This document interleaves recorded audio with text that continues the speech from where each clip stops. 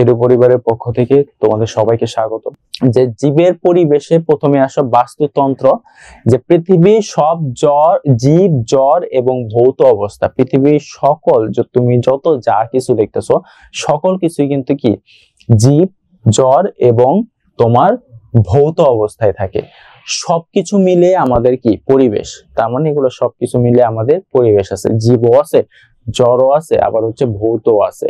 ভৌত কি জিনিস? ভৌত হচ্ছে ভৌত পরিবর্তন। যেমন পানি, পানি কি পদার্থ? পানি হচ্ছে একটা তরল পদার্থ। বরফ কি পদার্থ? বরফ হচ্ছে একটা কঠিন পদার্থ। পানি, বরফ এবং পানিটা যখন গ্যাসীয় অবস্থায় উড়ে যায় সেটাকে বলতেছে বাষ্পীভবন। তার মানে এই তিনটা ভৌত অবস্থা বলে এগুলাকে। আচ্ছা, কেউ একজন বলো যে আজকের পেজ নাম্বারটা কত? এটা টোটালি লাস্টের অধ্যায়, 12 নাম্বার অধ্যায়। সো শর্ট সিলেবাস দের আছে এবং সাথে করে কিছু মানুষের অর্ধবার্ষিকীও আছে। সো আমরা সবকিছু মিলিয়ে আসলে এই চ্যাপ্টারটা নিছি। আচ্ছা, 284 পেজ, 284 পেজ অথবা 279 পেজ, 284 পেজে হওয়ার সম্ভাবনা অনেক বেশি। ওকে, তাহলে সবুজ উদ্ভিদ বায়ু থেকে কার্বন ডাই অক্সাইড এবং মাটি থেকে পানি সংগ্রহ করে সালোক সংশ্লেষণ প্রক্রিয়ায় তাদের প্রধান খাদ্য কার্বোহাইড্রেট, যেটাকে বলতেছে শর্করা তৈরি করে এবং অক্সিজেন ত্যাগ করে, এটা আমরা জানি। বুজ অণুজীব এই দুই ধরনের উদ্ভিদে মাটি বা পানি থেকে কিছু খনিজ লবণ খাদ্য হিসাবে গ্রহণ করে। অণুজীব কি? আমরা কি জানি অণুজীব কি? আমাকে একটু বলো তো অণুজীবের একটা উদাহরণ। অণুজীব,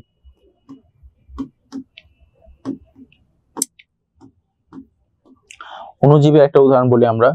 গুড, ওয়াফিয়া ভালো বলছো, ব্যাকটেরিয়া। অণুজীব হচ্ছে ব্যাকটেরিয়া, হচ্ছে এক ধরনের অণুজীব, ঠিক আছে। আচ্ছা গুড, অ্যামিবা একটা অণুজীব, আরেকজন বলছে গুড, ও অনেক ব্রিলিয়ান্ট, অ্যামিবা এক ধরনের অণুজীব। এই যে অণুজীব গুলা কি করে? ওরা হচ্ছে খনিজ লবণ খায়। খনিজ লবণ কোথা থেকে পায়? এরা হচ্ছে খাদ্য থেকে খনিজ লবণটি পায়। প্রাকৃতিক পরিবেশ, উদ্ভিদ এবং প্রাণী দুই ধরনের জীবের সাথে জড় পদার্থের মধ্যে যে শক্তি আর বস্তুর আদান প্রদান হয় তাকে বলা হয় মিথস্ক্রিয়া। আর এই ধরনের মিথস্ক্রিয়ার আন্তঃসম্পর্ক ঘটে পৃথিবীর এরকম যে কোনো অঞ্চলে হচ্ছে বাস্তুতন্ত্র। আমি যদি একটু তোমাদেরকে বলি যে বাস্তুতন্ত্র আসলে বলতে কি বোঝায়, আমি যদি একটু খাস বাংলায় তোমাদেরকে বলি কিরকম, সেটা হচ্ছে আমরা একে অপরের সাথে সবাই সম্পর্কযুক্ত, মানে একজন এবং আরেকজনের সাথে আমরা নির্ভরশীল। কিরকম নির্ভরশীল? যে আমি কি খাইতেছি, আমি কি খাচ্ছি, আমি হচ্ছে এক ধরনের, আমি ধরো ভাত খাই নর্মালি, এখন ভাত বা চাল এটা কিসে থেকে আসে? এটা আসে হচ্ছে তোমার ধানের থেকে, একটা ফসলের থেকে। ধানটা কিসে থেকে আসছে? একটা বীজ থেকে। বীজটা কিসে থেকে আসছে? একটা মাটির একটা অংশের পার্ট থেকে। সো এই যে একটা ওভারঅল যে একটা কি সার্কেল, এই সার্কেলটা কি একটার সাথে আরেকটা কি অবশ্যই নির্ভরশীল। এই যে নির্ভরশীল, এই টোটালটাকে বলা হইতেছে বাস্তুতন্ত্র বা ইকোসিস্টেম। ওকে, ঠিক আছে। এবার আসো আমরা দেখব তিনটি প্রধান উপাদান। আমরা জানি একটা হচ্ছে জড় উপাদান। তো জড় উপাদানের মধ্যে আরো কয়েকটা ভাগ আছে। একটা হচ্ছে তোমার অজৈব বস্তু, একটা হচ্ছে জৈব বস্তু। এই দুইটা ভাগ করছে, তার মানে জড় উপাদানটাকে দুইটা ভাগে ভাগ করছে, একটা হচ্ছে জৈব এবং আরেকটা কি অজৈব। জড় বস্তু বা জড় উপাদান গুলা কি, এগুলো আমাদের একটু জানতে হবে এবং বুঝতে হবে, দেন শেষে কি করতে হবে, তোমাদের শিখতেও হবে। সো জড় বস্তু বা জড় উপাদান এটা কি জিনিস? যেটা হচ্ছে তোমার যার কোনো প্রাণ নাই। এটা তো আমাদের নর্মাল মানে বললাম যে জড় যে উপাদানটা, এইটার কোনো নির্দিষ্ট কোনো প্রাণ নাই, এবং প্রাণ যেহেতু নাই তাদের নিউক্লিয়াসও নাই। আমরা পড়ছি নিউক্লিয়াস কি জিনিস, ঠিক আছে। সো পরিবেশের জড় পদার্থগুলো জীব উপাদানের জন্য বাসস্থান নির্মাণ করে, শ্বসনের জন্য অক্সিজেন যোগায় এবং বেশ কিছু পুষ্টি উপাদান এবং সরবরাহ করে। আচ্ছা, আমরা যে বিভিন্ন ধরনের দেখবা যে তোমার এই যে উদ্ভিদগুলা আছে, এই উদ্ভিদগুলা কি খায়? যেমন ধরো ছত্রাক, ছত্রাকের কি খাবার জানো? তোমরা কি জানো ছত্রাক কি খায়? বা শৈবাল, কেউ কি জানো? যদি জানো আমাকে একটু জানাও যে ছত্রাক বা শৈবাল এরা কি খায়। এরা আসলে মানে ওই রকম কিছু খায় না, এরা হচ্ছে পরজীবী, মানে পরের অধীনে হচ্ছে খায় এরা। যেমন ধরো যে এরা হচ্ছে সালোক সংশ্লেষণ, সালোক সংশ্লেষণ প্রস্তুতির আমরা অনেকেই জানি যে সূর্য আলো থেকে যেভাবে তারা কি করে বড় হয় সেটা হচ্ছে সালোক সংশ্লেষণ পদ্ধতির মাধ্যমে। ঠিক আছে, আচ্ছা মৃতজীবী, হ্যাঁ ঠিক আছে। এরপর আসো জড় উপাদান, বলছে যে বাস্তুতন্ত্রের সকল জড় উপাদানকে আবার অজৈব এবং জৈব এই দুইটা ভাগে ভাগ করছে। যেমন অজৈব কি, পানি, বায়ু ও মাটিতে অবস্থিত খনিজ পদার্থ, অর্থাৎ যেসব পদার্থ কোনো জীবদেহ থেকে আসেনি বরং জীবের উদ্ভবের আগেই পরিবেশে ছিল সেগুলো বাস্তুতন্ত্রের অজৈব উপাদান বলে। যেমন ক্যালসিয়াম, পটাশিয়াম, লৌহ, এইগুলা হচ্ছে এক একটা অজৈব বস্তু। নাইট্রোজেন, এগুলা কিন্তু পৃথিবী হওয়ার আগেই কিন্তু ছিল। আমরা বিগ ব্যাং থিওরি অনেকের নাম শুনছি, বিগ ব্যাং থিওরি এক ধরনের বিস্ফোরক হয়। এখন এই যে এক ধরনের যে বিস্ফোরক হয়েছিল, কি জন্য হয়েছিল? কারণ তখন ওই সময় নাইট্রোজেন, হিলিয়াম, তারপর হচ্ছে তোমার লিথিয়াম, পটাশিয়াম, লৌহ জাতীয় কিছু জিনিস ছিল, সব একসাথে মিক্স আপ হয়েছিল। হওয়ার পর এক সময় একটা সংঘর্ষ হয় এবং এখানে ঘর্ষণ হয়। ঘর্ষণ হওয়ার ফলে ওইখান থেকে তোমার এক ধরনের বাষ্পীভূত হয়, এবং যখন বাষ্পীভূত হয় তখন একটা ফাঁকা স্থানে জায়গা হয় যেটার নাম দিছে হচ্ছে পৃথিবী। এটাকে বলা হইতেছে বিগ ব্যাং থিওরি। এই যে বিগ ব্যাং থিওরি যেটা আছে, বিগ ব্যাং থিওরি কিন্তু পৃথিবী হওয়ার আগে এই উপাদানগুলো অবশ্যই ছিল পৃথিবীতে। ক্লিয়ার? এগুলোকে বলা হইতেছে সবই অজৈব বস্তু। আর বুঝছো নাকি না একটু আমাকে জানাও। ওকে ঠিক আছে। আচ্ছা আমি আরেকবার বলতেছি শাফিনের জন্য, শাফিন বলতেছে আরেকবার, অজৈব বস্তু কি বলছে? অজৈব বস্তু যেগুলো হচ্ছে তোমার পানি, বায়ু, মাটিতে অবস্থিত খনিজ পদার্থ, যেগুলো খনিজ পদার্থ থাকে মাটির নিচে, এই যে খনিজ পদার্থ যেগুলো থাকতেছে, এইগুলো থাকার ফলে জীবদেহ থেকে আসেনি, এগুলো কোনো সময় এগুলা জীবদেহ থেকে আসেনি, এগুলো আসছে হচ্ছে তোমার পরিবেশ থেকে, আগের পরিবেশ থেকে। এই যে আগের পরিবেশ থেকে যে আসছে এটাকে বলতেছে হচ্ছে অজৈব বস্তু। এবং এই আগের পরিবেশ থেকে কি কি আসছে? আসছে হচ্ছে তোমার পটাশিয়াম, আসছে লৌহ, আসছে নাইট্রোজেন, আসছে অক্সিজেন এবং আসছে কার্বন ডাই অক্সাইড। এই সকল কিছু মিলে এগুলোকে বলা হইতেছে অজৈব বস্তু। ক্লিয়ার শাফিন, তুমি ক্লিয়ার? ওকে ঠিক আছে। এবার আসো জৈব বস্তু কি? উদ্ভিদ এবং প্রাণীর বর্জ্য পদার্থ, উদ্ভিদ এবং প্রাণীর বর্জ্য পদার্থ বা এসব জীবের মৃতদেহ থেকে, তার মানে একটা মানুষ মারা গেছে বা একটা পশু মারা গেছে বা একটা উদ্ভিদ মারা গেছে, যাওয়ার পর যেসব জড় বস্তু বাস্তুতন্ত্রে যোগ হয় তাদের বলা হয় জৈব উপাদান। তার মানে বাস্তুতন্ত্রে যেগুলা যোগ হবে, যেগুলা থাকবে, ওইগুলাকে বলা হচ্ছে জড় উপাদান। এবং অবশ্যই কি করতে হবে, কি থাকতে হবে? সেটা থাকতে হবে উদ্ভিদ এবং প্রাণী, এই দুইটা জিনিস থাকতে হবে। এবং এই দুইটা জিনিসের বর্জ্য পদার্থ মানে কি? যেগুলা পচনশীল, পচে যায়। ঠিক আছে? আচ্ছা কোন চ্যাপ্টার পড়াচ্ছি? এটা হচ্ছে 12 নম্বর চ্যাপ্টার তোমাদের, সেটা হচ্ছে জীবের পরিবেশ, এটার উপর। এগুলো সচরাচর হিউমাস নামে পরিচিত থাকে। হিউমাসের উপাদানের মধ্যে রয়েছে ইউরিয়া, উদ্ভিদ এবং প্রাণীর বিভিন্ন কোষ, টিস্যু, অঙ্গ, এগুলা। যেমন ধরো আমরা যখন মারা যাওয়ার পরে আমাদের মানে মুসলিম দেশে বা মুসলিম যারা থাকে, মুসলমান, তাদেরকে হচ্ছে তোমার কবর দেওয়া হয়। সেখান থেকে দেখা গেছে যে আস্তে আস্তে আমাদের বডিটা কিন্তু পচতে থাকে, পচনশীল হয়। যখন পচনশীল হয়ে যায় তখন আমাদের বডিতে যে হাড্ডি বা হাড়গুলা ছিল, ওই হাড়গুলা কিন্তু আস্তে আস্তে তোমার কি হয়ে যায়, ভেঙে যায় এবং নরম হয়ে যায় এবং এক পর্যায়ে ওটা মাটির সাথে মিশে যায়। এই যে মাটির সাথে যখন মিশে যায় তখনই মূলত তৈরি হয় ইউরিয়া। এবং এই ইউরিয়া কিন্তু শুধুমাত্র যে হাড়ের থেকে হয় তা না, আমাদের দেহের ভিতরে কোষ থাকে, চামড়া থাকে, টিস্যু থাকে, বিভিন্ন অঙ্গ থাকে। এই অঙ্গগুলা পচতে এক পর্যায়ে হচ্ছে মাটির সাথে মিশে বিভিন্ন ধরনের ইউরিয়া এগুলা কি হয়, উৎপন্ন হয়। এগুলাকে বলতেছে হচ্ছে তোমার কি, এগুলোকে বলতেছে জৈব বস্তু। সো জৈব বস্তুগুলো কি? অবশ্যই পচনশীল এবং এটা একটা মৃত ব্যক্তি বা মৃত উদ্ভিদে লাগবে। আচ্ছা হিউমাস মানে কি? আচ্ছা হিউমাস বলতে এখানে কোথায় বুঝাইছে হিউমাস? হিউমাসের উপাদানের মধ্যে আছে। আচ্ছা হিউমাস মানে হচ্ছে মানুষ, হিউম্যান বলে না, ওইটাই হচ্ছে এক ধরনের হিউমাস। সাদিয়া একটা তোমার কোশ্চেন ছিল, ওকে ঠিক আছে। ভৌত উপাদান কি? পরিবেশে সূর্যালোকের পরিমাণ, তাপমাত্রা, বায়ুতে জলীয় বাষ্পের পরিমাণ, বায়ুর চাপ এবং বায়ু প্রবাহ, ভূপৃষ্ঠ বা সমুদ্র পৃষ্ঠ থেকে গভীরতা এবং উচ্চতা ইত্যাদি বস্তু উপাদানকে বলা হইতেছে তোমার ভৌত উপাদান। তার মানে এখানে কিন্তু সবকিছুই তোমার কি আছে, আবহাওয়া রিলেটেড। যেমন তাপমাত্রা একটা আবহাওয়া রিলেটেড, তারপর হচ্ছে বায়ুতে জলীয় বাষ্প এক ধরনের কি একটা আবহাওয়া রিলেটেড। তারপর হচ্ছে বায়ুর চাপ, মানে হচ্ছে প্রেসার বলতেছে, উইন্ড প্রেসার, বায়ুর চাপ, এটাও কিন্তু এক ধরনের ভৌত উপাদান। তারপর আসে হচ্ছে বায়ু প্রবাহ, হ্যাঁ, উইন্ড ডিরেকশন, প্রবাহ, এগুলাকে প্রত্যেকটাকে ইন্ডিভিজুয়ালি এক একটা ভৌত উপাদান বলা হয়। সো ভৌত উপাদানগুলা কি কি আমরা মনে রাখতে পারবো, যে যেগুলা আমাদের আবহাওয়া রিলেটেড। যেমন ধরো যে সূর্যালোকের পরিমাণ, তারপর হচ্ছে তাপমাত্রা, বায়ুতে জলীয় বাষ্প, বায়ু প্রবাহ, এগুলা সবই হচ্ছে তোমাদের ভৌত উপাদান।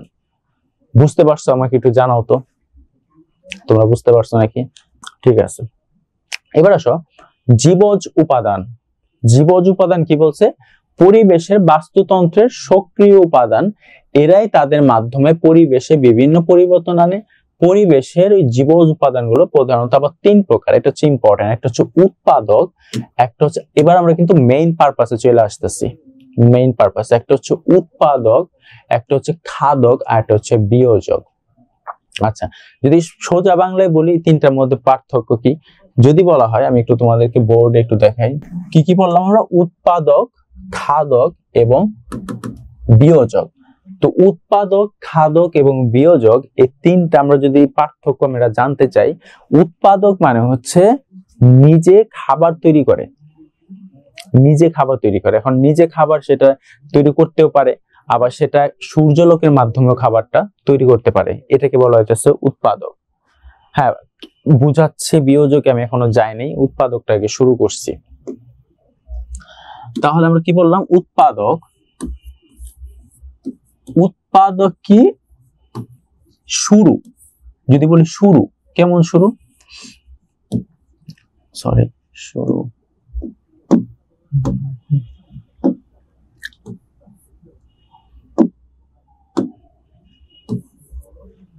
কেন? আচ্ছা দেখো, উৎপাদক মানে হচ্ছে শুরু, মানে সূর্যালোকের, সূর্য লাগে, কি লাগে? সূর্য। এখন সূর্য যখন লাগে তার মানে কি? সালোক সংশ্লেষণ। সূর্য থেকে কি পাই আমরা? সালোক সংশ্লেষণের মাধ্যমে কি করে? সালোক সংশ্লেষণের মাধ্যমে খাদ্য উৎপন্ন করে। এরকম একটা উদাহরণ যদি দেই, সেটা হচ্ছে ঘাস। সেটা কি? ঘাস। ঠিক আছে, ঘাস হচ্ছে একটা উৎপাদক। তার মানে আমরা ঘাস হিসেবে উৎপাদক পাইলাম। এখন উৎপাদকের পর কি বললাম আমরা? খাদক মানে হচ্ছে ভক্ষুক, মানে যে খাবারটা খায়। খাদক বলে না যে তুই বড় খাদক, তো এই খাদকটা কি? যে খায়। এখন কে খায়? ধর আমরা যদি ঘাসের সাথে যদি তুলনা করি, ঘাসটা কে খায় বলতো? ঘাসটা কে খায়? হ্যাঁ, গোট। তার মানে গরু। ঠিক আছে, কাউ, গরু। তার মানে আমরা যদি বলি যে উৎপাদকের একটা উদাহরণ, সেটা হচ্ছে ঘাস। এখন ঘাসকে কে খায়? গরু খায়। এখন গরুই কি শুধু খায়? সেখানে তোমার ছাগল আছে, ভেড়া আছে, প্রচুর আছে এরকম প্রাণী, তো তারাও কিন্তু ঘাসে খাইতে পারে। তবে গরু খাচ্ছে, এজন্য এটাকে বলতেছে খাদক। হ্যাঁ, এখন ঘাস ফড়িংও খায়, এক একটা এক এক রকম। এগুলা যে টোটাল যে প্রসেস, এগুলাকে বলা হইতেছে খাদ্য জাল। কি বলে? খাদ্য জাল। খাদ্য জাল তোমরা অনেকেই ক্লাস 5-এও পড়ছো। খাদ্য জাল 5-এ পড়ছো, যে খাদ্য জাল কি, খাদ্য শৃঙ্খল কি, এগুলো আছে তোমাদের, অতটা মানে কঠিন বিষয় না জিনিসগুলা। আচ্ছা, এবার লাস্টে আসো বিয়োজক। বিয়োজক যদি বলি, সেটা বিয়োজক বলতে বোঝায় হচ্ছে মারা যাওয়া। তার মানে মৃত্যুর পরের ঘটনাই হচ্ছে তোমার বিয়োজক। মৃত্যুর পরের ঘটনা কেমন হইতে পারে? যেমন ধরো গরু মারা গেছে, এখন মারা যাওয়ার পর তার পচনশীল আছে, কি আছে? পচনশীল। পচনশীল মানে কি, সে পচে যাবে মাটির নিচে যখন থাকবে সে পচে যাবে। যখন পচে যাবে তখনই পচনশীল থেকে হয়ে যাবে ব্যাকটেরিয়া। ব্যাকটেরিয়া দেখা দিতে পারে, অ্যামিবা দেখা দিতে পারে, আরো বিভিন্ন ধরনের ছত্রাক দেখা দিতে পারে। ঠিক আছে, তার মানে আমরা বললাম যে বিয়োজকটা হচ্ছে মাটির সাথে সবসময় সংস্পর্শে আসবে, মাটির সাথে সবসময় থাকবে, মাটির সাথে সংস্পর্শে আসবে, এটাকে বলা হইতেছে বিয়োজক। এবং ওইখান থেকে তোমার ব্যাকটেরিয়া, অ্যামিবা অথবা ছত্রাকে পরিণত হবে। হ্যাঁ ঠিক আছে রুবাইয়া, তুমি গুড হবে, সেটাকে বলতেছে বিয়োজক। সো এই পর্যন্ত। এবং এই যে বিয়োজক যেটা, এখান থেকে কিন্তু সার উৎপন্ন হয়। আরেকটা বলতেছি কথা, কি উৎপন্ন হয়? সার উৎপন্ন হয়। বিভিন্ন ধরনের ইউরিয়া সার যেগুলো আছে এখান থেকে কিন্তু উৎপন্ন হয়। সো এতটুকু তোমরা বুঝতে পারছো যে উৎপাদক, খাদক এবং বিয়োজক কি জিনিস। ওকে, বুঝার কথা। ঠিক আছে, এবার আমরা একটু আবার স্লাইডে যাই। দেখো এইগুলো একটু পড়বো আমি, যেগুলো বলছি যে এই যে দেখো খাদক কি বলছে, যে কাক, শকুন, শিয়াল, হায়না ইত্যাদিদের নাম দেওয়া হয়েছে আবর্জনা ভক্ষক বা খাদ্য ভক্ষক, এগুলো একটু দেখবা। তারপরে যে বাস্তুতন্ত্রে যেগুলো আমি একটু আলোচনা করছি এগুলো এখানে দেওয়া আছে। বাস্তুতন্ত্র তিনটা ভাগ, একটা হচ্ছে জড় উপাদান, ভৌত উপাদান, জীব উপাদান, এটা আমি আলোচনা করছি। দেন জড় উপাদান আবার দুই প্রকার, একটা হচ্ছে অজৈব বস্তু, একটা হচ্ছে জৈব বস্তু। অজৈব বস্তু কি এবং জৈব বস্তু কি এটাও কিন্তু আমরা আলোচনা করছি। দেন জীব উপাদানের মধ্যে আবার তিনটা পড়ছে, একটা হচ্ছে উৎপাদক, একটা হচ্ছে খাদক, একটা হচ্ছে বিয়োজক। এখন খাদকের ভিতরে আমরা পড়বো হচ্ছে তিনটা পার্ট, একটা হচ্ছে তৃণভোজী যেটা বলতেছে প্রথম স্তরের খাদক, একটা বলতেছে হচ্ছে মাংসাশী। আচ্ছা, আমার সাউন্ড কি ক্লিয়ারলি শুনতে পারতেছো নাকি একটু বলো তো সবাই? সবাইকে আমার সাউন্ড ক্লিয়ারলি শুনতে পারতেছো? হ্যাঁ ঠিক আছে। তারপর আসছে হচ্ছে তোমার মাংসাশী, যেটাকে বলতেছে হচ্ছে দ্বিতীয় স্তরের খাদক, তারপরে তৃতীয় স্তরের খাদক, তারপর হচ্ছে একবারে সর্বোচ্চ খাদক। এটা হচ্ছে চারটা ভাগে ভাগ করছে। কাকে ভাগ করছে? এটা হচ্ছে খাদককে ভাগ করছে। ঠিক আছে। বিয়োজক আমরা বললাম যে ব্যাকটেরিয়া, ছত্রাক, অনুক্ষুদ্র, যেগুলো একবারে ক্ষুদ্র ক্ষুদ্র, যেগুলো অনুবীক্ষণ যন্ত্র দ্বারা দেখা যায় আর কি, এটাকে বলতেছে অনুক্ষুদ্র জীব বা অনুজীবরা। এরা উদ্ভিদ এবং প্রাণী বর্জ্য যে পদার্থগুলো আছে এবং যেগুলো থেকে তাদের খাদ্য গ্রহণ করে, পরিণামে এইসব বর্জ্য বিয়োজিত হয়ে মাটি বা পানির সাথে মিশে যায়। এই মিশে যাওয়া উপাদান তখন উদ্ভিদের পক্ষে আবার খাদ্য উপাদান হিসেবে গ্রহণ করা সম্ভব হয়, তাই এই অনুজীবকে বলা হয় বিয়োজক। এবার আমরা দেখবো পুকুরের বাস্তুতন্ত্র। সবার অনেকেই বাড়িতে থাকো হয়তো বা গ্রাম অঞ্চলে ওই সব এরিয়াতে থাকো, সবারই মোটামুটি পুকুর কি জিনিস এটা চেনা হয়ে গেছে। সবাই পুকুর না চিনে এরকম কেউ নাই। হয়তো বা একবারে যারা ঢাকায় পার্মানেন্ট থাকো, যারা বলে ঢাকাই আর কি, তারা হয়তো বা পুকুরের সম্পর্কে খুবই কম জানার কথা। সো এরকম হয়তো বা কেউ নাই এখানে যে আসলে পুকুর বলতে কি বুঝায় বা পুকুর কি জিনিস এটা না বোঝা। পুকুরের ভিতরে এরকম অসংখ্য অসংখ্য কি থাকে, অসংখ্য অসংখ্য মাছ থাকে। শুধু কি মাছ থাকে পুকুরের ভিতরে? কিন্তু তা কিন্তু থাকে না, সেখানে বিভিন্ন ধরনের জলজ উদ্ভিদ তো থাকেই, সাথে করে জলজ প্রাণীগুলাও থাকে। ঠিক আছে, তাহলে বলছে যে পুকুরের যে বাস্তুতন্ত্র জলজগতে, তার মানে জলজগৎ মানে কি, যে একটা সুন্দর একটা চিত্র দিয়ে দিছে যে পাখি আছে, এক ধরনের ভাল্লুক আছে, বক আছে, সাপ আছে, আবার পুকুরের ভিতরেও কিন্তু এক ধরনের মাছ আছে। তারপর আবার তোমার ধরো একটা হচ্ছে কি শাপলা পাতা আছে, আবার কিছু পদ্ম ফুল আছে, আবার এখানে খরগোশ আছে। মানে বিভিন্ন প্রাণী একটা বাস্তুতন্ত্র বা পুকুরের ভিতরে আমরা দেখতে পারতেছি। এখন পুকুরের ভিতরেটা বলছে আমরা পুকুরের ভিতরে, পুকুরের বাহিরে মানে হচ্ছে তোমার স্থলে কি আছে এটা কিন্তু আমরা দেখি নাই। আচ্ছা, জুও প্লাঙ্কটন কি আমরা আসবো, জুও প্লাঙ্কটন কি, ফাইটো প্লাঙ্কটন কি, এগুলো সবই আসবো, আস্তে ধীরে ধীরে আসি। ঠিক আছে, কি মুলতাজিম। আচ্ছা, তো এখানে বলছে যে জল জগতে বাস্তুতন্ত্র কাছ থেকে ভালো করে দেখার জন্য সবচেয়ে উপযোগী হচ্ছে পুকুর।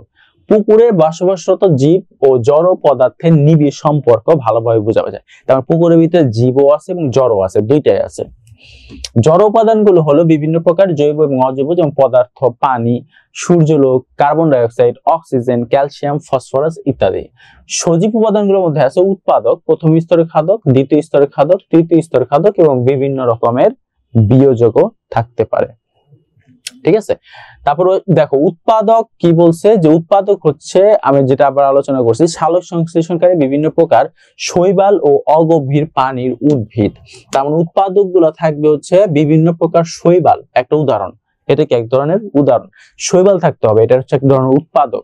আর একটা কি থাকতে হবে, অগভীর পানির উদ্ভিদ। অগভীর মানে কি, গভীর একটু কম, অগভীর গভীর একটু কম, ওই ধরনের পানিতে যে উদ্ভিদ গুলা বাস করে সেটা হচ্ছে উৎপাদক। পানিতে ভাসমান ক্ষুদ্র জীবদের বলা হইতেছে প্লাঙ্কটন। কে যেন আমাকে কোশ্চেন করছে, প্লাঙ্কটন ও জো প্লাঙ্কটন বলছে, যাই হোক প্লাঙ্কটনটা কি বলছে আমরা, পানিতে ভাসমান ক্ষুদ্র জীবদের, ক্ষুদ্র ক্ষুদ্র অসংখ্য ক্ষুদ্র ক্ষুদ্র জীবদেরকে বলতেছে প্লাঙ্কটন।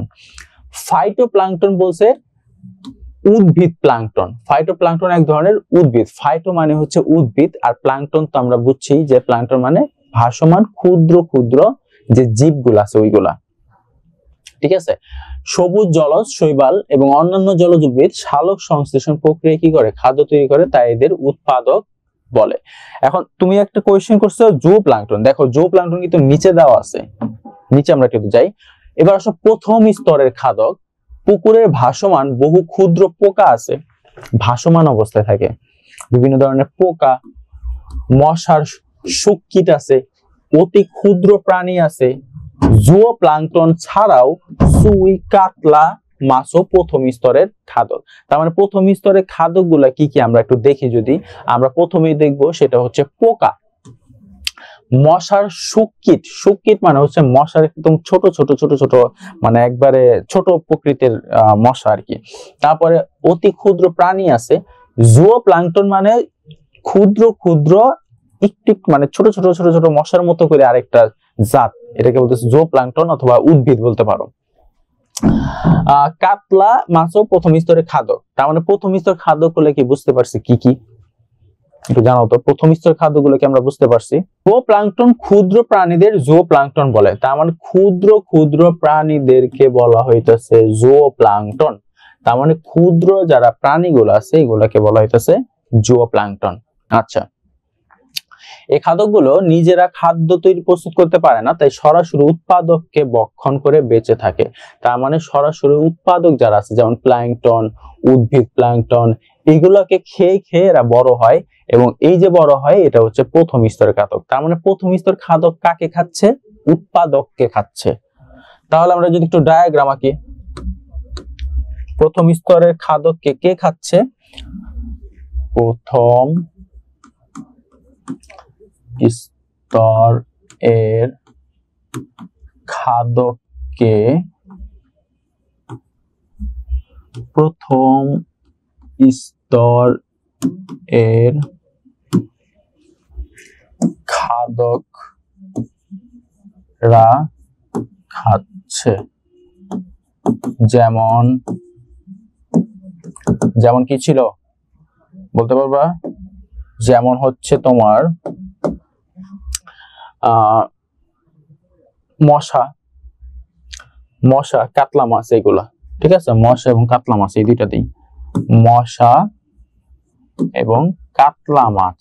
তার মানে এরা হচ্ছে প্রথম স্তরের খাদক। এরা কোন স্তরের খাদক, প্রথম স্তরের খাদক।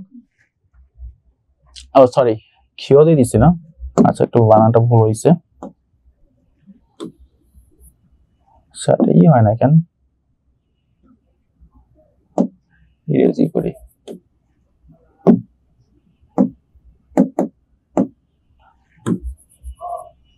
আচ্ছা এটা সমস্যা হয়েছে, যাই হোক ওটা প্রথম স্তরের খাদক হবে, ঠিক আছে, ফার্স্ট লেভেল বলা হয়, এটাকে বলা হইতাছে ফার্স্ট লেভেলের খাদক। তার মানে প্রথম স্তরের খাদক। এতটুকু বুঝতে পারছো তোমরা, একটু জানাও।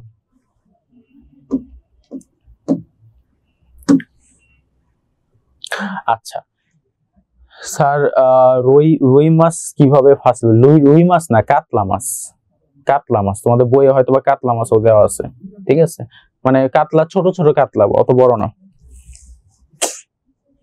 আচ্ছা এবার আসো দ্বিতীয় স্তরের খাদক, ছোট মাছ, কিছু জলজ পতঙ্গ, ব্যাঙ থাকবে প্রভৃতি দ্বিতীয় স্তরের খাদক।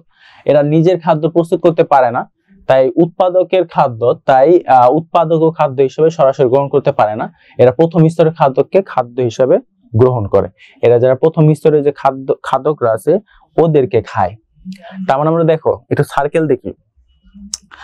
দ্বিতীয় স্তর খাদ্য ধরো ব্যাং খায় ধরো জুওপ্লাঙ্কটনকে, আবার খায় জুওপ্লাঙ্কটন আবার কি খায়? জুওপ্লাঙ্কটন খায় হচ্ছে একবারে উৎপাদক, মানে সেটা হইতে পারে ঘাস বা প্ল্যাঙ্কটন। বুঝতে পারছো? তৃতীয় স্তরের খাদক, যে সকল খাদক ছোট মাছ, চিংড়ি ইত্যাদি দ্বিতীয় স্তরের খাদককে ভক্ষণ করে। তার মানে ছোট মাছ, চিংড়ি ইত্যাদি দ্বিতীয় স্তরের খাদককে ভক্ষণ করে, তাকে তৃতীয় স্তরের খাদক বলে। যেমন শোল মাছ, বোয়াল মাছ, চেটকি, বড় মাছ, বক, এগুলো সবই হচ্ছে কি তোমার তৃতীয় স্তরের খাদক। এখন প্রশ্ন হচ্ছে তাহলে ভাই আমরা কোন স্তরের খাদক? আমাদের নাম আসতে কেন পারলো না? আমাদের নাম কেন আসলো না বলতে পারবা কেউ? যে স্যার এখানে তো তাহলে আমরা তো সবই খাই মোটামুটি, তো আমরা কেন সর্বোচ্চ স্তরের বা তৃতীয় স্তরের খাদক এখানে লিখলো না? এটার অ্যান্সার কারো কাছে আছে? আচ্ছা, এটার সলিউশন হচ্ছে আমরা উপরে হেডলাইনই পড়ছিলাম কি, পুকুরের বাস্তুতন্ত্র নিয়ে আমরা পড়ছিলাম। ঠিক আছে, পুকুরের বাস্তুতন্ত্র নিয়ে পড়ছিলাম না? ওকে, ঠিক আছে। সো আমরা কিন্তু পুকুরে আমরা থাকি না। সো পুকুরের বাস্তুতন্ত্র মানে পুকুর রিলেটেড যে এলিমেন্টস বা যেই প্রাণী বা যেই জড়গুলো থাকবে ওইগুলো নিয়ে আসলে পড়তে হবে, এটাই স্বাভাবিক। এবার আসলে বিয়োজক, পুকুরের পানিতে বহু ছত্রাক ও ব্যাকটেরিয়া মৃতজীবী হিসেবে বাস করে। তার মানে ধরো এটা হচ্ছে পুকুর। এখন এই পুকুরের ভিতরে কিন্তু অনেক মৃতজীবী মৃতজীবী মানে ধরো একটা চিংড়ি মাছ ধরো মারা গেল, চিংড়ি মাছ কি করছে? চিংড়ি মাছ কি করছে? মারা গেছে। চিংড়ি মাছ যখন মারা গেছে এদের বিয়োজক বলে। চিংড়ি মাছটা যখন মারা গেছে তখন হচ্ছে পুকুরে দেখবা একবারে নিচের স্তরে এগুলা জমা হয়, নিচের স্তরে ওই মারা যাওয়া অংশগুলা কি হয়? জমা হয়। ভাসমান পানির তলায় কাদার মধ্যে এরা বাস করে। অনেক সময় ভাসমান কাদার মধ্যে ওরা বাস করতে পারে। এরা জীবিত বা মৃত প্রাণীদের আক্রমণ করে এবং পচনে সাহায্য করে। এরা হচ্ছে পচনের বেশিরভাগই সাহায্য করে হচ্ছে এইসব বিয়োজক। আচ্ছা, এবার আসলে খাদ্য শিকল বা খাদ্য শৃঙ্খল। এখানে একটা কথাই আসে তোমাদের চিত্রে যদি বলা হয় উৎপাদক, ফার্স্টে উৎপাদক। আচ্ছা দাঁড়াও, উৎপাদক দেখো, উৎপাদক হিসাবে আমরা দেখছিলাম কি ঘাসকে। এখানে কি এটা একটা ঘাস। এখন ঘাসকে কে খাইতেছে? ঘাস খাইতেছে হচ্ছে এটা ধরো ঘাস ফড়িং। ঘাস ফড়িং তোমাদের বইয়ের মধ্যে এই উদাহরণটা দেওয়া আছে, চিত্র সহ দেওয়া আছে। হ্যাঁ, ব্যাংকটা দেখতে কিউট, অনেক কিউট, থ্যাংক ইউ।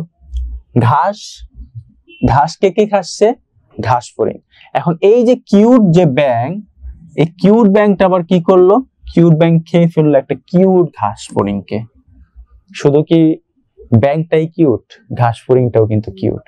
সো এইখানে কিউট যে ব্যাং আছে, এই যে কিউট যে ব্যাং আছে, এই কিউট ব্যাং খেয়ে ফেললো কিউট ঘাস ফড়িংকে, তাই না? হ্যাঁ, এটা ক্লাস 4 এর পড়া এগুলা। আবার তৃতীয় স্তরে খাদক সাপটা দেখো কিভাবে জিহ্বা বের করছে। সাপ আবার অতটাই না, সাপ আবার খাচ্ছে হচ্ছে ব্যাংকে, এই সাপরে আবার খাইতেছে ঈগলে। সো দেখো এই যে একটার সাথে আরেকটা যে তোমার সামঞ্জস্য, একটার সাথে আরেকটা যে নির্ভরশীল, এই নির্ভরশীলটাইকে বলা হইতেছে খাদ্য শৃঙ্খল। খাদ্য শৃঙ্খল, ঠিক আছে?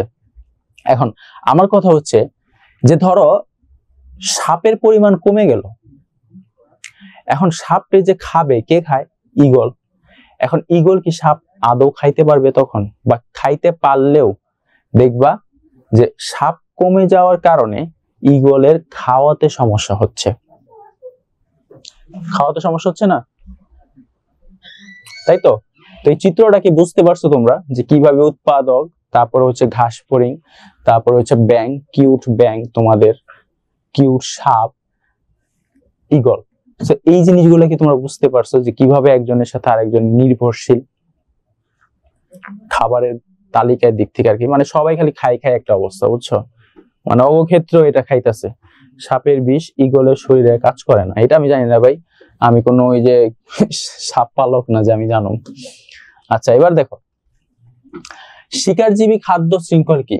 যে খাদ্য শৃঙ্খলে প্রথম স্তরের খাদক আকারে সবচাইতে ছোট থাকে এবং পর্যায়ক্রমে উপরের স্তরে খাদকেরা নিচের স্তরে খাদ্যগুলো শিকার করে খায়, সেটাকে বলা হইতেছে শিকারজীবী খাদ্য শৃঙ্খল।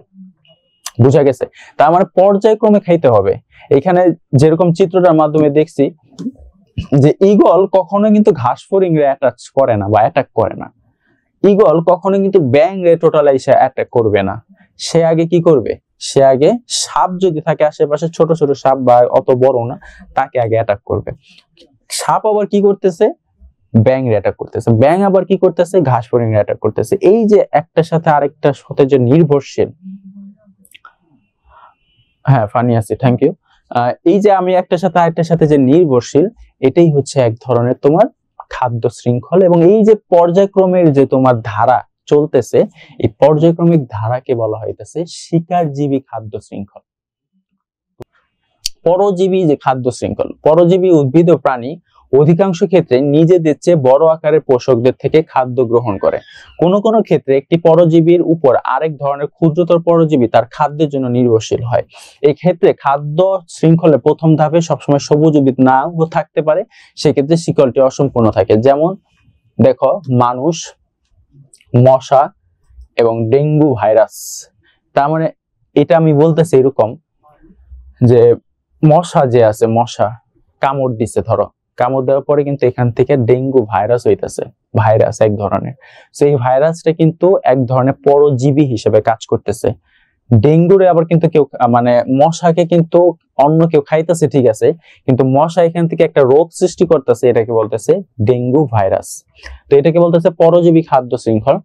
মৃতজীবী খাদ্য শৃঙ্খল কি? জীবের মৃতদেহ থেকে শুরু হয় যে কোনো খাদ্য শৃঙ্খল একাধিক খাদ্য স্তরে বিন্যস্ত হয়, তবে সেরূপ শিকলকে বলা হইতেছে মৃতজীবী। যেমন ধরো সে একজন মারা গেছে, এটা কি? এই উদ্ভিদের নাম কি? সরি, প্রাণীটার নাম কি? পিগ। হ্যাঁ ঠিক আছে, হইতে পারে পিগ। পিগ, আচ্ছা, পিগ মারা গেছে। মারা যাওয়ার পর ওর থেকে ছত্রাকের সৃষ্টি হয়েছে, যেটাকে বলতেছে বিয়োজক। আমি এর আগে পড়াইছিলাম বিয়োজক, ঠিক আছে। এই ছত্রাককে আবার কে খাইতেছে? কেঁচো আর ছত্রাক খায়। সো এটা কি বলতেছে? হচ্ছে মৃতজীবী খাদ্য শৃঙ্খল। মৃতজীবী খাদ্য শৃঙ্খল মানে মারা গেছে, সেখান থেকেও খাদ্য পাইতেছে কে? সে হচ্ছে কেঁচো। কিভাবে হইতেছে? ইনডিরেক্টলি পাইতেছে। ওই কিন্তু ডিরেক্টলি যায় হচ্ছে মৃতদেহের কাছে যায়নি, ওই মৃতদেহতে আস্তে আস্তে ছত্রাকে পরিণত হয়েছে, মানে বিয়োজক জমা হয়েছে, বিয়োজককে কিন্তু আবার খাইতেছে হচ্ছে তোমার কি? কেঁচো। বুঝতে পারছো সবাই? সবাই বুঝতে পারছো নাকি একটু জানাও।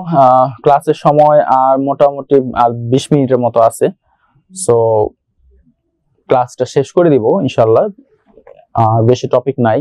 সো তোমরা কি বুঝতে পারছো নাকি না এতটুকু জানো? সবাই একটু জানাও, না পারলে না বুঝতে পারলে আমি আবার লাগলে বুঝাবো। খাদ্য জাল, তারপরেও কেউ না বইল না, কারণ হচ্ছে আচ্ছা একজন পাইছে, আবার বুঝাই, সমস্যা নেই, আমার বুঝাইতে ভাই প্যারা নেই।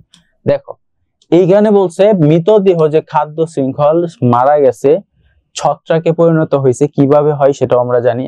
আমাদের মানুষ যদি মারা যায়, সেক্ষেত্রে হাড়ের একটা ক্ষয় হয়, ওইখান থেকে হাড়টা তোমার আস্তে আস্তে আস্তে আস্তে নিস্তেজ হয়ে যায়, এবং আমাদের যে মাংস আছে এটা হচ্ছে পচে যায়। যখন পচনশীল হয় তখনই হচ্ছে ওইখানে ছত্রাক সৃষ্টি হয়। এই ছত্রাক যখন সৃষ্টি হয় তখন দেখবা আমাদের কি বিভিন্ন পোকামাকড় মানে খাচ্ছে আর কি ওই সময়, কারণ ওই সময় হচ্ছে আমরা নিজেরাই তো নিজের ফিল করতে পারি না, স্বাভাবিক। তো সেই ক্ষেত্রে কিন্তু তোমার কি হইতেছে? ওই পচনশীল যেটা আছে ওইটা অবস্থা হয়ে ছত্রাকে পরিণত হচ্ছে, এবং ওই অবস্থাতেই তোমার বিভিন্ন পোকামাকড় যারা ওরা মানে খাচ্ছে আর কি। ঠিক তেমনি মৃতদেহের ক্ষেত্রে এই একটা পশুর ক্ষেত্রে এটা কি করছে? তুলনা দিছে এরকম ভাবে, ঠিক আছে। তারপর খাদ্য শিকল যেটা বলছে, খাদ্য শিকল একত্রিত হয়ে একটি জালের মতো গঠন তৈরি করে, একে খাদ্য জাল বলা হয়। তার মানে কয়েকটি খাদ্য শিকল যখন একত্রিত হয়, একসাথে হয়, সংযুক্ত হয়, সেটাকে বলা হইতেছে খাদ্য জাল। স্থলজ এবং জলজ, তার মানে দুইটা উপায় থাকবে। একটা হচ্ছে স্থলেও থাকবে, আবার জলজও থাকবে। স্থলও থাকবে, জলজও থাকবে। এই দুইটা যখন একসাথে ঘটবে, এটাকে মূলত বলতেছে তোমার খাদ্য জাল। যেটাকে বলতেছে পুকুরের বাস্তুতন্ত্র। উদাহরণটি থেকে একটা বিষয় এখানে তুলে ধরছে। প্রথমে আছে শৈবাল। শৈবালকে ছোট মাছও খায়, আবার জো প্লাঙ্কটনও খায়। তার মানে শৈবালের দুইটা পার্ট এখানে। শৈবালকে কে কে খাইতেছে? একটা হচ্ছে ছোট মাছ খাচ্ছে, আবার জু প্লাঙ্কটনও খাচ্ছে হচ্ছে শৈবালকে। বড় মাছ আবার কি করতেছে? সে ছোট মাছটাও খায়, আবার হচ্ছে জু প্লাঙ্কটনও খায় বড় মাছ। আবার বড় মাছ কিন্তু এটাও খাইতে পারে, সে কিন্তু ডিরেক্টলি বড় মাছ শৈবালকেও খাইতে পারে। আবার এইখানে দেখো বাজ যে পাখিটা আছে, বাজ পাখি ছোট মাছটাও খায়, আবার বাজ পাখি কিন্তু চাইলে বড় মাছটাও খাইতে পারে, কিন্তু অত বড় মাছ না। হ্যাঁ, বাজ পাখিটা সিরিয়াস, ওই সবসময় সিরিয়াসই থাকে বাস। ঠিক আছে, সো এটা হচ্ছে তোমার একটা খাদ্য জাল বলে এগুলাকে, খাদ্য জাল। এই খাদ্য জালটা কি বলছে? সেটা স্থলেও থাকতে হবে এবং জলজ থাকতে হবে, দুইটাই। এটা বলতেছে খাদ্য জাল। এখানে কিছু জিনিস যেমন ধরো 5টি খাদ্য শিকল যেটা আছে এগুলা পাওয়া গেছে, এরকম যে শৈবাল, তারপর ছোট মাছ। তো এই 5টা হচ্ছে তোমরা একটু বাসায় দেখবা, যে শৈবাল, ছোট মাছ, তারপর হচ্ছে বাজ পাখি, তারপর শৈবাল, জো প্লাঙ্কটন, বড় মাছ, বাজ পাখি, লাস্টে একবারে হচ্ছে শৈবাল, জো প্লাঙ্কটন, ছোট মাছ, বাজ পাখি। এগুলা জাস্ট একটু কি করবা তোমরা বাসায় একটু রিডিং করবা, কারণ এগুলো তেমনটা ইম্পর্টেন্ট না এটার ভিতরে আর কি। আচ্ছা, তারপরে যে বনভূমির বাস্তুতন্ত্রের খাদ্য জাল হতে পারে নিম্নরূপ এরকম। বনভূমি মানে হচ্ছে বন টাইপের, যেমন সুন্দরবনে। সুন্দরবনের ক্ষেত্রে কি হইতে পারে দেখো, যে সে একটা শুধু একজন যে একজনকেই খাইতেছে এরকম না, একজন কিন্তু 2-3 জনেরও খাচ্ছে। সো খাওয়ার এখান দিকে কিন্তু অনেকগুলা কি হইতেছে, তোমার একটা প্রাণী একাধিক প্রাণীকে খাইতে পারতেছে। এই যে একটা প্রাণী একাধিক প্রাণীকে যে খাইতে পারতেছে, এগুলোকে কিন্তু খাদ্য শৃঙ্খল বলা হয় বা খাদ্য জালও বলা হয়। সো এখানে দেখো খাদ্য জালের যেটা বলছে সাপ ময়ূরে সাপ রেখায়, আবার ধরো বাঘ ব্যাং খাচ্ছে, আবার সাপ খাইতেছে হচ্ছে শামুক, আবার হচ্ছে সবুজ উদ্ভিদে হরিণ, আবার খরগোশ খাইতেছে হচ্ছে সবুজ উদ্ভিদ, আবার মানুষ খরগোশ, এগুলো সবই হচ্ছে তোমার কি এক একটার উপর নির্ভরশীল এই চিত্রটার মাধ্যমে। ঠিক আছে, তো একটার সাথে আরেকটা যেহেতু নির্ভরশীল, সেহেতু কি এখানে এগুলোকে প্রত্যেকটাকে এক একটাকে বলা হতেছে বাস্তুতন্ত্র। আচ্ছা, বাস্তুতন্ত্রের পুষ্টি প্রবাহটা দেখবো, যে আসলে বাস্তুতন্ত্রের পুষ্টি তো অবশ্যই আছে। হ্যাঁ, বাঘ ব্যাং খায় না, সবাই তো সব জায়গায় খায় না। বাঘ ব্যাং খাইতে পারে, মানে খাবে, ছোট তো, যদি চোখে পড়ে তাহলে খেয়ে ফেলবে, সমস্যা তো নাই। স্যার এই চ্যাপ্টার থেকে কি সিকিউ আসবে? ক্লাসে সিকিউ আসতে পারে তোমাদের, বাট আমরা এই চ্যাপ্টার থেকে তোমাদের এই সপ্তাহে পরীক্ষা হবে না, নেক্সট সপ্তাহে হবে। এই সপ্তাহে তোমাদের ওই যে জীব কোষ ও টিস্যু নিয়ে পুরোটা অধ্যায়ের উপর হবে তোমাদের এই ইরো পরিবারের সাথে আর কি, যেটা পরীক্ষা। বাস্তুতন্ত্রের পুষ্টি প্রবাহটা দেখো, যে উদ্ভিদ যে খাদ্য তৈরি করে তার কিছু অংশ নিজ প্রয়োজনে ব্যবহার করে অবশিষ্ট উদ্ভিদ দেহে জমা থাকে। তৃণভোজী প্রাণী এসব উদ্ভিদ খায়। তৃণভোজীরা কি খায়? এসব উদ্ভিদ খায় এবং পর্যায়ক্রমে মাংসাশী প্রাণী এসব তৃণভোজীদের খায়। সবুজ উদ্ভিদের এসব অজৈব বস্তু গ্রহণ করে এবং পুনরায় খাদ্য প্রস্তুত করতে ব্যবহার করে থাকে। পুষ্টিদের এরূপ চক্রাকারে প্রবাহিত হওয়ার প্রক্রিয়াটাকে বলা হচ্ছে পুষ্টি প্রবাহ। যেমন ধরো এখানে একটা দিছে যে উৎপাদক, পুষ্টি ভান্ডার, শ্বসনের শক্তি, তৃণভোজী, বিয়োজক এবং মাংসাশী, এগুলো বলতেছে পুষ্টি প্রবাহ এবং শক্তি প্রবাহের সংক্ষিপ্ত। প্রথমে যদি আমরা দেখি, এটাকে বলতেছে প্রথম ট্রফিক লেভেল, মানে প্রথম স্তরের ট্রফিক। প্রথম স্তরের খাদক, দ্বিতীয় স্তরের খাদক, তৃতীয় স্তরের খাদক, চতুর্থ স্তরের খাদক, এগুলাকে বলতেছে হচ্ছে এক একটা স্টেপ। পিরামিড আকারে এগুলোকে কি বলে? এক একটা স্টেপ। এখন এইখানে প্রথম স্তরের খাদক আমরা ধরছিলাম হচ্ছে জলজ বড় উদ্ভিদ, জলজ বড় উদ্ভিদ। তার মানে ধরো এখানে ধরো হচ্ছে তোমার শৈবাল। দ্বিতীয় স্তরে যে খাদ্যগুলো আছে এগুলোকে আমরা মূলত কিছু ধরছি জুও প্লাঙ্কটন, কিছু ধরছি হচ্ছে তোমার রুই মাছ হইতে পারে এরকম। তৃতীয়র ক্ষেত্রে দেখো জুও প্লাঙ্কটন বা ভক্ষণকারী যে থাকে সে, এবং লাস্ট যে আসে সেটা হচ্ছে মাংসাশী প্রাণী। এখন দেখো আসলে এই স্তর থেকে কে সবচেয়ে বেশি শক্তিবান হয় বা শক্তিশালী হয়, বা কে বেশি পুষ্টি প্রবাহ পায়, কে বেশি পুষ্টি প্রবাহ, সে কি প্রথম স্তরে খাদক পায় নাকি চতুর্থ স্তরে খাদক পায়? যেটা সত্যি কথা, মেইন কথা হচ্ছে এখানে যে সবচাইতে শক্তি প্রবাহটা বেশি পায় হচ্ছে যেটা হচ্ছে নিচের স্তরের খাদকগুলা, মানে শৈবাল, তারপর হচ্ছে তোমার আস্তে আস্তে নিচের থেকে উপরে যায়, এটা হচ্ছে সবচাইতে বেশি শক্তিশালী পেয়ে থাকে বা বেশি তোমার কি হয় শক্তি প্রবাহটা বাড়ে। এটা হচ্ছে শক্তি প্রবাহ, এবং এই চিত্রের মাধ্যমে শক্তি প্রবাহটা দেওয়া আছে। এখানে কিছু পয়েন্ট দেওয়া আছে যে শক্তির এই প্রবাহ সবসময় একমুখী, এই শক্তি কখনো বিপরীতমুখী করা যায় না। প্রতিটি ধাপে প্রায় 90% শক্তি কমে যায়, মানে প্রত্যেকটা ধাপে ধাপে যখন যায় তখন হচ্ছে শক্তি কমে যায় 90% বা ব্যবহারযোগ্য হারায়। শক্তি ক্রমবর্ধমান ক্ষয় খাদ্য শৃঙ্খলার আকারকে 4 বা 5টি ধাপের মধ্যে সীমাবদ্ধ রাখে। খাদ্য শৃঙ্খল যত দীর্ঘ হবে উচ্চতম ট্রফিক লেভেলে শক্তি পরিমাণ তত কমতে থাকবে, তত কি করতে থাকে, কমতে থাকে, এবং এক পর্যায়ে আর কোনো শক্তি অবশিষ্ট থাকে না। তার মানে ফার্স্ট লেভেলে সবচাইতে বেশি শক্তি প্রবাহটা থাকে। কারণ কি, আমি যদি বলি তোমাদেরকে একটা উদাহরণ দিয়ে, ধরো তোমাদের ফ্রিজ, তোমরা হচ্ছে তোমাদের বাসায় ধরো একটা মাছ আনছো, ধরো যে কোনো একটা মাছ যখন আনছো, তো প্রথম দিন ধরলাম আমরা, প্রথম দিন হচ্ছে তোমরা রান্না করছো মাছটা, ধরো মাছ আনছো হচ্ছে 2 কেজি, ধরো এখন 2 কেজির মধ্যে ধরো 1 কেজি হচ্ছে রান্না করছো। এখন বাকি যে 1 কেজি আছে এটা কি করলা, দ্বিতীয় দিন রান্না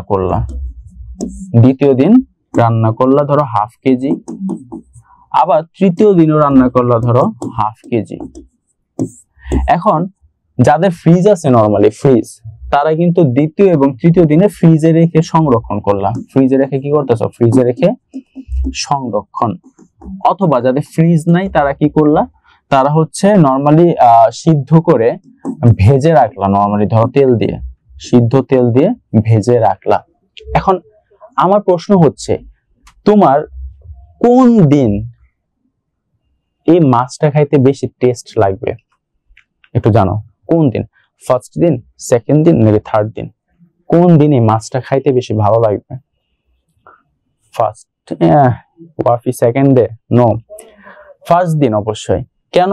কারণ এই দিনটা মাছটা আমরা তরতাজা আনছিলাম, তরতাজা, মানে এই যে তরতাজা যে মাছটা আমি আনলাম বাজার থেকে, তার মানে এইটার ভিতরে শক্তির প্রবাহটা অনেক বেশি।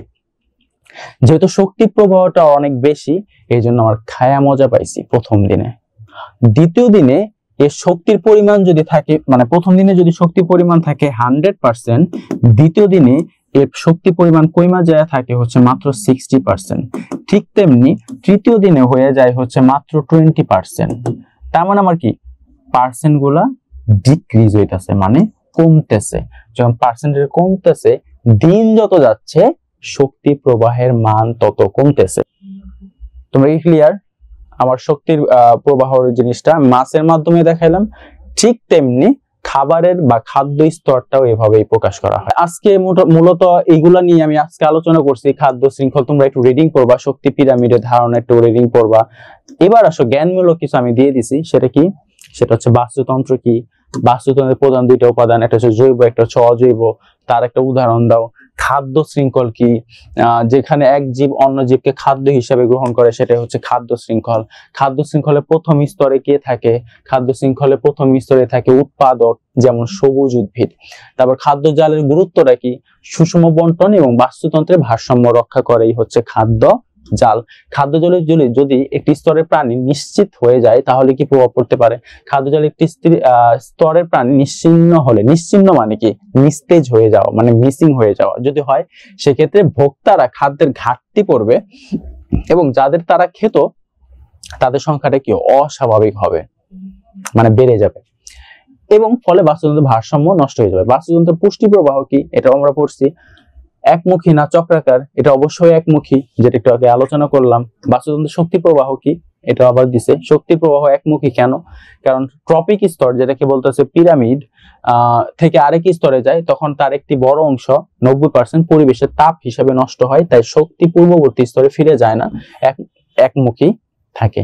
এই হচ্ছে টোটাল তোমাদের আজকের লেকচার। ঠিক আছে, সো আজকে আমি এই পর্যন্ত শেষ দিচ্ছি। এর পরিবারের পক্ষ থেকে তোমাদেরকে আবার স্বাগতম, এবং নেক্সট ক্লাসে তোমাদেরকে সবাইকে শুভেচ্ছা এই জানিয়ে আমি আমার ক্লাস শেষ দিচ্ছি। আসসালামু আলাইকুম।